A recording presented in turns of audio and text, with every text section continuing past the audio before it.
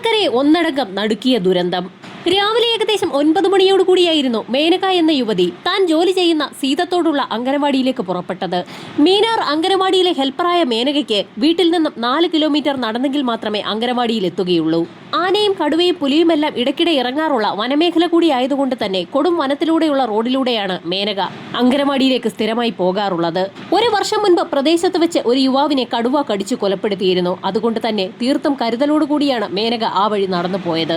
അംഗനവാടി ലക്ഷ്യമാക്കി വനത്തിലൂടെ നടന്നു പോകുന്നതിനിടയിലായിരുന്നു ഏകദേശം 9:30 മണിയോടുകൂടി മേനകയുടെ ഫോണിലേക്ക് ഒരു കോൾ എത്തിയത്. തന്റെ ചെറിയച്ഛനാണ് വിളിക്കുന്നതെന്ന് മനസ്സിലാക്കിയ മേനക അദ്ദേഹത്തോട് ഫോണിൽ വീട്ടുവിശേഷങ്ങളൊക്കെ പറഞ്ഞുകൊണ്ടിരിക്കുന്നതിനിടയിലായിരുന്നു അപ്രതീക്ഷിതമായി മേനക അലറി വിളിച്ച് കരയുന്ന ശബ്ദം ഫോണിന്റെ മറുതലയ്ക്കൽ സംസാരിച്ചു കൊണ്ടിരുന്ന മേനകയുടെ പിതൃസഹോദരൻ കേട്ടത്.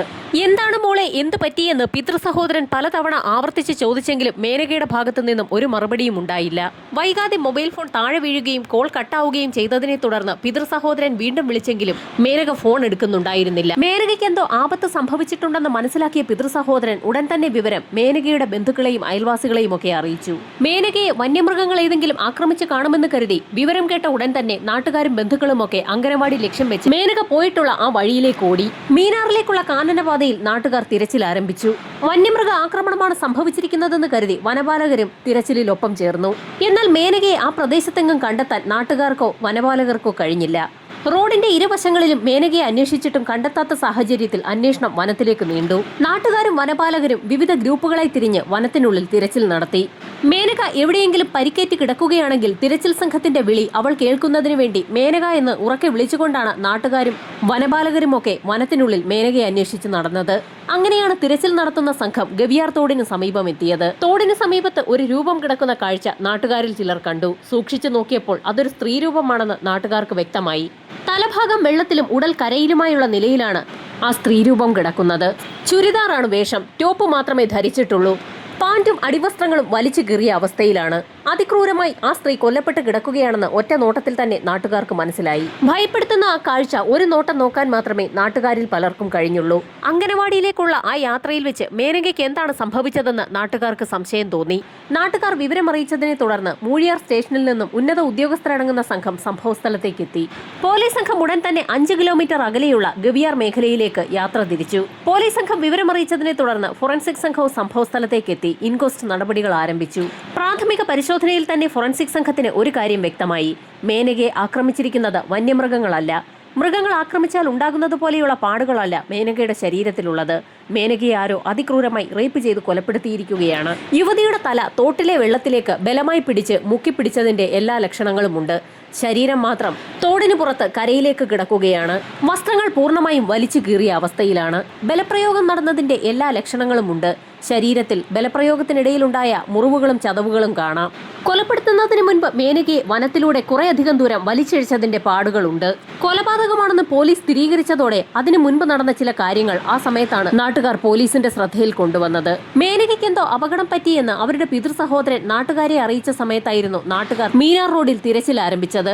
വന്യമൃഗങ്ങളുടെ ആക്രമണമെന്ന് കരുതി വനപാലകരുൾപ്പെടെ തിരച്ചിൽ ആരംഭിച്ച സമയത്തായിരുന്നു മീനാർ ഭാഗത്തെ വനത്തിൽ നിന്നും ഒരാൾ റോഡിലേക്ക് ഇറങ്ങി വരുന്ന കാഴ്ച നാട്ടുകാർ കണ്ടത്.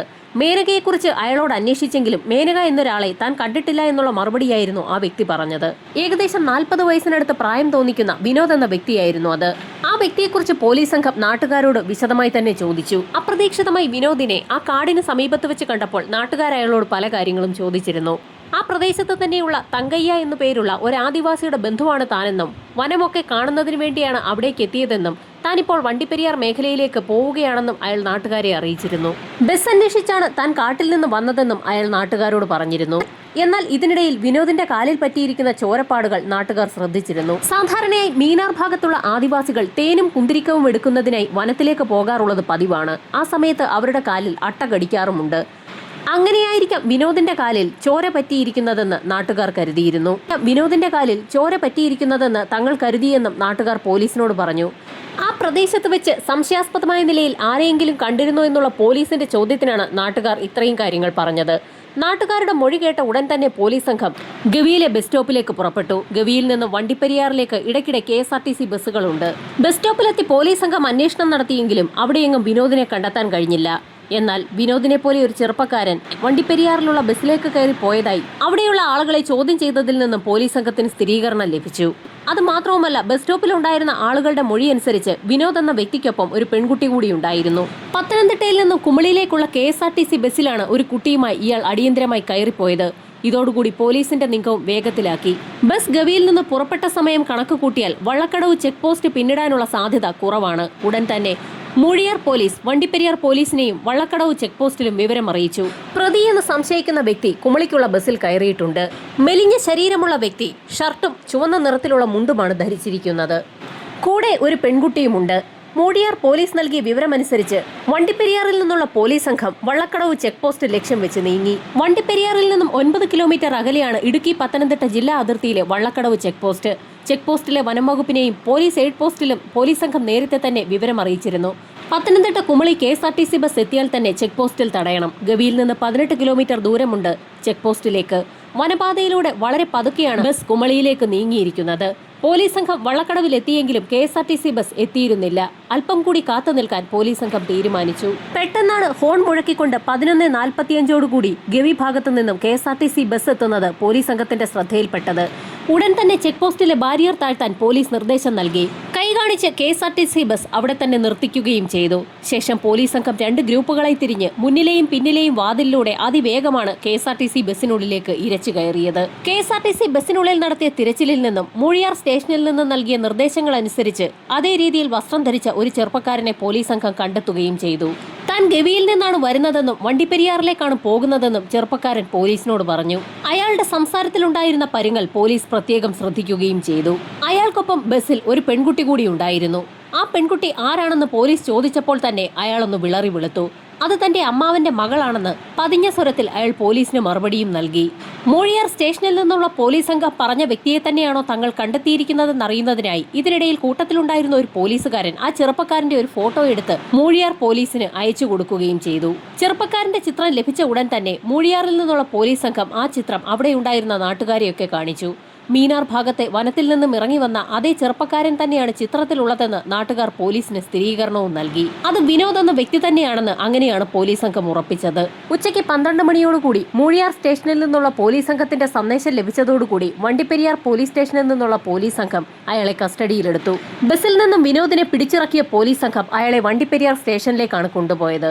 വൈകാതെ തന്നെ മൂഴിയാറിൽ നിന്നുള്ള പോലീസ് സംഘം വണ്ടിപ്പെരിയാറിലെത്തി വിനോദിനെ കസ്റ്റഡിയിലെടുക്കുകയും ചെയ്തു. സ്റ്റേഷനിലെത്തിച്ച വിനോദിനെ പോലീസ് സംഘം കാര്യമായി തന്നെ ചോദ്യം ചെയ്തു. ആദ്യഘട്ടത്തിൽ തനിക്കൊന്നും അറിവില്ല എന്ന് പറഞ്ഞിരുന്ന വിനോദ് പിന്നീട് പല കാര്യങ്ങളും തുറന്നു പറഞ്ഞു. ഒരു ഭാവവ്യത്യാസവും കൂടാതെയാണ് വിനോദ് പല കാര്യങ്ങളും തുറന്നു പറഞ്ഞത്. വനവിഭവങ്ങൾ ശേഖരിച്ച് വിൽപ്പനയ്ക്കെത്തിക്കുന്ന വ്യക്തിയാണ് വിനോദ് കുമാർ. തന്റെ ചെറിയ മകളെയും കൊണ്ടാണ് വിനോദ് വനവിഭവങ്ങൾ ശേഖരിക്കാൻ പോയിരുന്നത്. ഇതിനിടെയാണ് വനവിഭവങ്ങൾ ശേഖരിക്കാൻ മകളെയും കൊണ്ട് ഒരാഴ്ച മുൻപ് വിനോദ് ഗവിയിലെത്തിയത്. മൂഴിയാറിൽ നിന്നും വളരെ അകലെയായതിനാൽ ഗവിയിൽ താമസിച്ചായിരുന്നു വിനോദ് കുമാർ വനവിഭവങ്ങൾ ശേഖരിച്ചിരുന്നത്. ഇതിനായി ഗവിയിൽ നിന്നും മീനാറിലേക്ക് പോകുന്ന വനപാതയിൽ നിന്നും ഏറെ ദൂരെയല്ലാതെ ഒരു കുടിൽ കെട്ടി വിനോദും മകളും താമസവും ആരംഭിച്ചു. പൊളിഞ്ഞു വീഴാറായ ആ കുടിയിലാണ് രാത്രിയും പകലും അവർ തങ്ങിയത്. ഭക്ഷണം പാകം ചെയ്യലും ഉറക്കവുമൊക്കെ ആ കുടിലിൽ തന്നെയായിരുന്നു. മീനാറിലേക്കുള്ള പാതയിൽ 1 വർഷം മുൻപ് കടുവയുടെ ആക്രമണത്തിൽ പ്രദേശവാസിയായ ഒരു യുവാവ് കൊല്ലപ്പെട്ടിരുന്നു. ഇതോടുകൂടി ആ വഴിയിലൂടെ അധികമാരും പോയിരുന്നില്ല. പകൽ സമയത്ത് പോലും ഭീകരമായ അന്തരീക്ഷമാണ് അവിടെ.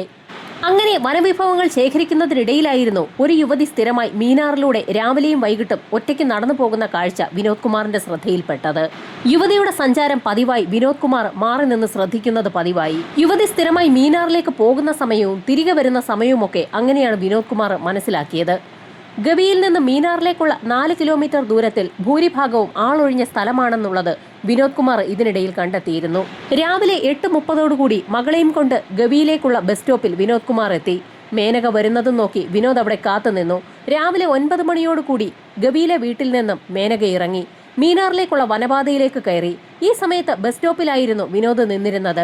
മേനക വിജനമായ വനപാതയിലേക്ക് നടന്നു നീങ്ങിയതും മകളെ ബസ് സ്റ്റോപ്പിലിരുത്തി വിനോദും മേനകയ്ക്ക് പിന്നാലെ അവൾ അറിയാതെ നടന്നു തുടങ്ങി. മേനക പോയ അതേ വഴിയിലൂടെ വിനോദ് വീണ്ടും വീണ്ടും നടന്നു.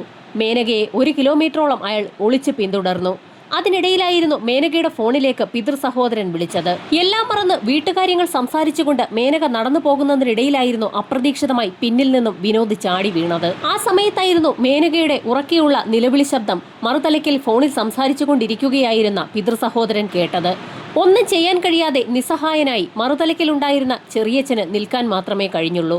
ഇതിനോടകം തന്നെ ഫോൺ കട്ടാവുകയും ചെയ്തു. മേനക അതിശക്തമായി പ്രതിരോധിക്കാൻ ശ്രമിച്ചെങ്കിലും മേനകയെ ആ റോഡിൽ നിന്നും വലിച്ചിഴച്ച് താഴെയുള്ള തോടിന്റെ ഭാഗത്തേക്കാണ് വിനോദ് കൊണ്ടുപോയത്. ഗവിയാർ തോടിന്റെ കരയിലേക്കാണ് മേനകയെ അയാൾ കൊണ്ടുപോയത്. മേനകയുടെ തലയുടെ ഭാഗം ആ തോട്ടിലേക്ക് താഴ്ത്തി അയാൾ ക്രൂര കൊലപാതകം നടത്തി. ഇതിനിടയിൽ മേനകയെ അതിക്രൂര പീഡനത്തിനും ഇരയാക്കി. യുവതി കൊല്ലപ്പെട്ടു എന്ന് മനസ്സിലാക്കിയ നിമിഷത്തിൽ തന്നെ മൃതദേഹം അവിടെ ഉപേക്ഷിച്ച് വിനോദ് തിരികെ റോഡിലേക്ക് കയറി. മൽപിടുത്തത്തിനിടയിൽ വിനോദിന്റെ കാലിൽ ചെറിയ രീതിയിൽ മുറിവ് പറ്റിയിരുന്നു. തിരികെ ഗവിയിലേക്ക് വരുന്ന വഴിയിൽ വെച്ചാണ് നാട്ടുകാർ വിനോദിനെ കണ്ടത്. നാട്ടുകാരുടെ ചോദ്യങ്ങൾക്ക് ഒരു ഭാവഭേദവുമില്ലാതെ ഇയാൾ മറുപടിയും നൽകി. തുടർന്ന് ബസ് സ്റ്റോപ്പിലെത്തിയ ശേഷം പെൺകുട്ടിയുമായി കുമളി ബസ്സിൽ കയറി വണ്ടിപ്പെരിയാറിലേക്ക് പുറപ്പെട്ടു. പ്രതിയുടെ കുറ്റസമ്മതത്തിന് പിന്നാലെ മൂഴിയാർ പോലീസ് ഇയാളുടെ അറസ്റ്റ് രേഖപ്പെടുത്തി. തുടർന്ന് റാന്നി കോടതിയിൽ ഹാജരാക്കി. പോലീസിന്റെ ചോദ്യം ചെയ്യലിൽ അതിക്രൂര പീഡനം നടത്തിയതായി പ്രതി സമ്മതിച്ചിട്ടില്ല. യുവതിയെ താൻ തോട്ടിലേക്ക് പിടിച്ചു തള്ളിയപ്പോൾ യുവതി തറയിൽ തലയടിച്ച് വീണാണ് മരണപ്പെട്ടതെന്നാണ് വിനോദ് ആദ്യം പോലീസിനെ അറിയിച്ചത്. കൊല്ലപ്പെട്ട മേനകയുടെ മൃതദേഹം ഇൻക്വസ്റ്റ് നടപടികൾക്ക് ശേഷം കോട്ടയം മെഡിക്കൽ കോളേജിലെ മോർച്ചറിയിലേക്ക് മാറ്റിയിരുന്നു. മുൻപ് മറ്റൊരു കേസിൽ ജയിലിൽ കഴിഞ്ഞ ആളാണ് വിനോദ് എന്ന സൂചനയും ഇപ്പോൾ പുറത്തു വന്നിരിക്കുകയാണ്. കൊലപാതക ശ്രമമാണ് അന്നും വിനോദ് നടത്തിയത്. അതേസമയം ഒപ്പമുണ്ടായിരുന്ന പെൺകുട്ടിയെ ആദിവാസി ഉന്നതിയിൽ നിന്ന് വിനോദ് കുമാർ കടത്തിക്കൊണ്ടു വന്നതാണെന്നുള്ള സൂചനയും ഇപ്പോൾ ലഭിച്ചിരിക്കുകയാണ്. കേസന്വേഷണത്തിൽ അതിവേഗം പ്രതിയിലേക്കെത്താൻ പോലീസിന് കഴിഞ്ഞത് നിർണായകമായി എത്തിയ ആ ഫോൺ കോൾ ആയിരുന്നു. മൊബൈൽ ഫോണിൽ മേനക സംസാരിച്ചു കൊണ്ടിരുന്ന സമയത്താണ് ആക്രമണത്തിനിരയായത്. ആ സമയത്ത് മേനകയ്ക്ക് എന്തോ സംഭവിച്ചുവെന്ന് അവരുടെ ഇളയച്ചന് മനസ്സിലായതിനെ തുടർന്നായിരുന്നു നാട്ടുകാർ ഇതിലിടപെട്ടത്. നാട്ടുകാർ അതിവേഗം തിരച്ചിൽ നടത്തിയെങ്കിൽ പോലും മേനകയുടെ ജീവൻ രക്ഷിക്കാനായില്ല. ഇതിനിടയിൽ വനത്തിൽ നിന്നിറങ്ങി വന്ന വിനോദ് കുമാർ നാട്ടുകാരുടെ ശ്രദ്ധയിൽപ്പെട്ടതുകൊണ്ടാണ് ഇങ്ങനെയൊരാളാണ് ഇതിന് പിന്നിലെന്ന് അതിവേഗം കണ്ടെത്താൻ കഴിഞ്ഞത്. പ്രദേശത്ത് CCTV ക്യാമറകൾ പോലും ലഭ്യമല്ലാത്ത സാഹചര്യത്തിൽ പ്രതി രക്ഷപ്പെട്ടിരുന്നെങ്കിൽ പോലീസ് സംഘം ആകെ കുഴഞ്ഞുപോയേനെ. പ്രതിയിലേക്ക് എത്തുന്നതിനുള്ള യാതൊരു വിധത്തിലുള്ള തെളിവുകളും അങ്ങനെയെങ്കിൽ ലഭിക്കുമായിരുന്നില്ല. കാട്ടുപാതയായതിനാൽ തന്നെ വന്യമൃഗങ്ങളുടെ ആക്രമണം ഭയന്നാണ് ആ പ്രദേശത്തുള്ള ആളുകൾ കഴിയുന്നത്. ആ പാതയിലൂടെയാണ് തന്റെ ഭർത്താവും മക്കളുമൊത്തുള്ള ജീവിതം കെട്ടിപ്പടുക്കാൻ മേനക 5 കിലോമീറ്റർ അകലെയുള്ള അങ്കനവാടിയിലേക്ക് പതിവായി നടന്നുപോയിരുന്നത്. വർഷങ്ങളായി മീനാർ അങ്കനവാടിയിൽ തന്നെയാണ് മേനക ജോലി ചെയ്തിരുന്നത്. മേനകയുടെ കൊലപാതകത്തിൽ പകച്ചു നിൽക്കുകയാണ് ഗവി എന്ന കൊച്ചു ഗ്രാമം. ലയങ്ങളിൽ താമസിക്കുന്നവരുടെ കുട്ടികളെ കളിച്ചിരികളുടെ ലോകത്തേക്ക് വഴികാട്ടിക്കൊണ്ടിരുന്ന അങ്കനവാടി ഹെൽപ്പറുടെ അകാലത്തിലുള്ള വേർപാട് പ്രദേശവാസികളെ കണ്ണീരിലാഴ്ത്തുകയാണ്. മരണം ഒരു നരാധമന്റെ രൂപത്തിൽ തന്നെ പിടികൂടുമെന്ന് ഒരിക്കലും മേനക പ്രതീക്ഷിച്ചിരുന്നില്ല. മേനകയുടെ കൊലപാതകത്തിന് പിന്നാലെ 15 വർഷം മുൻപ് മേഖലയിൽ നടന്ന മറ്റൊരു യുവതിയുടെ തിരോധാനവും ചർച്ചയാവുകയാണ്. 15 വർഷം മുൻപുണ്ടായ ഭൂലോകലക്ഷ്മിയുടെ തിരോധാനം. കേരള ഫോറസ്റ്റ് ഡെവലപ്മെന്റ് കോർപ്പറേഷന്റെ ഗവി ഏലത്തോട്ടത്തിലെ ക്ലർക്കായിരുന്നു ഭൂലോകലക്ഷ്മി. ഭർത്താവ് ഡാനിയേലിനും കുട്ടികൾക്കുമൊപ്പം കൊച്ചുപറമ്പിലുള്ള KSDCയുടെ 7-ാം നമ്പർ ക്വാർട്ടേഴ്സിലായിരുന്നു ഭൂലോകലക്ഷ്മിയും കുടുംബവും താമസിച്ചിരുന്നത്. ഭർത്താവ് സ്ഥലത്തില്ലാതിരുന്ന ഒരു രാത്രിയിൽ ഭൂലോകലക്ഷ്മിയെ ദുരൂഹ സാഹചര്യത്തിൽ കാണാതെയാവുകയായിരുന്നു. സംഭവം നടക്കുന്ന ദിവസം ജോലി കഴിഞ്ഞ് വൈകിട്ട് 6ഓടുകൂടി അവർ ക്വാർട്ടേഴ്സിൽ തിരിച്ചെത്തിയതായി സമീപവാസികൾ പറയുന്നു. കുട്ടികളുമൊത്ത് നാട്ടിലേക്ക് പോയ ഭർത്താവിനോട് രാത്രി 8 മണി വരെ ഭൂലോകലക്ഷ്മി ഫോണിൽ സംസാരിച്ചിരുന്നു. തൊട്ടടുത്ത ദിവസം രാവിലെ പലതവണ ഭർത്താവ് ഡാനിയേൽ വിളിച്ചെങ്കിലും ഭൂലോകലക്ഷ്മി ഫോൺ എടുത്തില്ല. കുളിക്കുകയോ മറ്റുമാകുമെന്ന് കരുതി പലതവണ വീണ്ടും വിളിച്ചു നോക്കിയെങ്കിലും ലക്ഷ്മി ഫോൺ എടുക്കാത്തതിനെ തുടർന്ന് ഭർത്താവ് ക്വാർട്ടേഴ്സിലേക്ക് മടങ്ങിയെത്തിയിരുന്നു. എന്നാൽ ഭൂലോകലക്ഷ്മിയെ അവിടെയെങ്ങും കണ്ടെത്താൻ കഴിഞ്ഞില്ല. ക്വാർട്ടേഴ്സ് ആകട്ടെ പൂട്ടിയ നിലയിലായിരുന്നു. ജോലിസ്ഥലത്ത് അന്വേഷിച്ചപ്പോൾ ലക്ഷ്മി അവിടെ എത്തിയിട്ടില്ല എന്നുള്ള മറുപടിയാണ് ദാനിയേലിന് ലഭിച്ചത്. ഗവിയും പരിസര പ്രദേശങ്ങളും കാടും മലയുമെല്ലാം അരിച്ചു പറക്കിയെങ്കിലും ലക്ഷ്മിയെ കണ്ടെത്താൻ കഴിഞ്ഞില്ല. ലക്ഷ്മിയെ കാണാതായതിന്റെ തലേ ദിവസം രാത്രിയിൽ ക്വാർട്ടേഴ്സിന് സമീപത്ത് ഒരു വാഹനം വന്നിരുന്നതായി നാട്ടുകാർ പോലീസിന് മൊഴി നൽകിയിട്ടുണ്ട്. എന്നാൽ പോലീസുകാരുടെ അന്വേഷണം ഇതുവരെയും എങ്ങും എത്തിയിട്ടില്ല. പുറത്തുനിന്നും വരുന്ന വാഹനങ്ങൾക്ക് ചെക്ക് പോസ്റ്റ് കടക്കാതെ ഗവിയിലെത്താൻ കഴിയുകയില്ല. ഇത് സംബന്ധിച്ച് ചെക്ക് പോസ്റ്റ് ഡ്യൂട്ടിയിലുണ്ടായിരുന്നവരെ പോലീസ് സംഘം ചോദ്യം ചെയ്തെങ്കിലും നിർണായകമായ വിവരങ്ങളൊന്നും തന്നെ ലഭിച്ചില്ല. ലോക്കൽ പോലീസിന്റെ അന്വേഷണത്തിൽ തൃപ്തി വരാത്ത സാഹചര്യത്തിൽ കേസന്വേഷണം പിന്നീട് ക്രൈംബ്രാഞ്ച് സംഘം ഏറ്റെടുത്തെങ്കിലും ലക്ഷ്മിയുടെ തിരോധാനത്തെക്കുറിച്ച് ഒന്നും തന്നെ കണ്ടെത്താൻ ക്രൈംബ്രാഞ്ച് സംഘത്തിനും കഴിഞ്ഞില്ല. ലക്ഷ്മിയെ കാണാതായ അതേ വനമേഖലയിൽ വെച്ച് തന്നെയാണ് ഇപ്പോൾ മേനകയും കൊല്ലപ്പെട്ടിരിക്കുന്നത്. കേരളക്കരെ ഒന്നടങ്കം നടുക്കിയ മേനക കൊലക്കേസിൽ പോലീസ് സംഘം വൈകാതെ തന്നെ കുറ്റപത്രം കോടതിയിൽ സമർപ്പിക്കും. വിചാരണ ആരംഭിക്കുന്ന സാഹചര്യത്തിൽ പ്രതി വിനോദിന് കോടതി വിധിക്കുന്ന ശിക്ഷ എന്താണെന്നുള്ളത് കാത്തിരുന്നു തന്നെ കാണാം.